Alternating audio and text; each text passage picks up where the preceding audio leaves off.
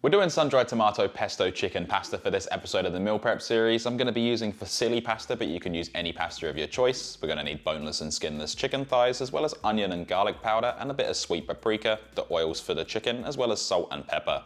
The lemon can be used in the pesto, but I'm going to use it as a garnish instead. And as for the pesto, we're going to need sun-dried tomatoes, the oil that they came in, some extra virgin olive oil, basil, pine nuts, Parmesan cheese, and a couple of cloves of garlic. Like always, I'll leave all of the nutritional values in the video as well as in the description, so let's get straight into it. Please sit back, relax, and enjoy.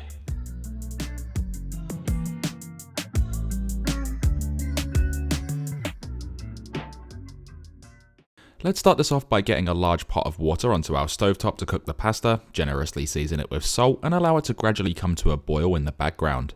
Whilst that's doing its thing, we can place 750 grams or 1.65 pounds of boneless and skinless chicken thigh into a mixing bowl and season this with 1 teaspoon or 2.5 grams of both onion and garlic powder to create a nice light concentrated flavour, 1 teaspoon or 2.5 grams of sweet paprika for sweet peppery notes and colour, 2 teaspoons or 10 milliliters of olive oil to lube these up, sea salt flakes to taste, and of course cracked black pepper, 20 cracks worth. Get your clean hands in there and give these thighs a good rub down just until everything is lightly coated, and that sweet paprika will give the thighs a beautiful light red colour. Once that's done, transfer the rub down thighs to a baking tray lined with parchment paper and spread out your thighs so they're not touching one another, which will allow for better airflow and even and consistent cooking times. Wash your hands and take these over to a preheated oven set at 190 degrees Celsius or 375 degrees Fahrenheit and bake for 16 minutes. With the water now at a boil, add in 600 grams or 1.32 pounds of the pasta of your choice, with myself using fusilli. Give this a quick mix and cook as per the packet instructions. Once cooked al dente, remove it from the stovetop and carefully pour it through a sieve to drain and allow it to sit for about 5 to 10 minutes.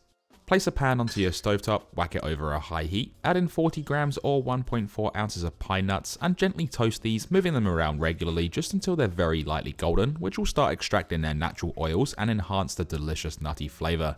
Also, for any allergy concerns, I'll leave a list of substituted ingredients in the description, but once toasted, remove and let cool.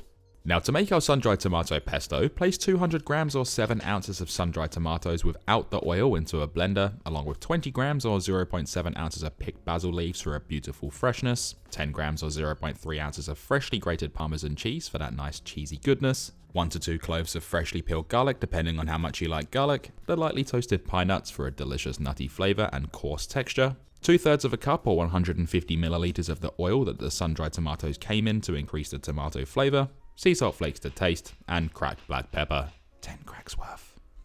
Let's then place on the lid tightly and blitz this up on high speed just until broken down and incorporated. This can also be made in a mortar and pestle if you don't have a blender or food processor, and I've also left a couple of notes about the pesto in the description, so be sure to go check them out.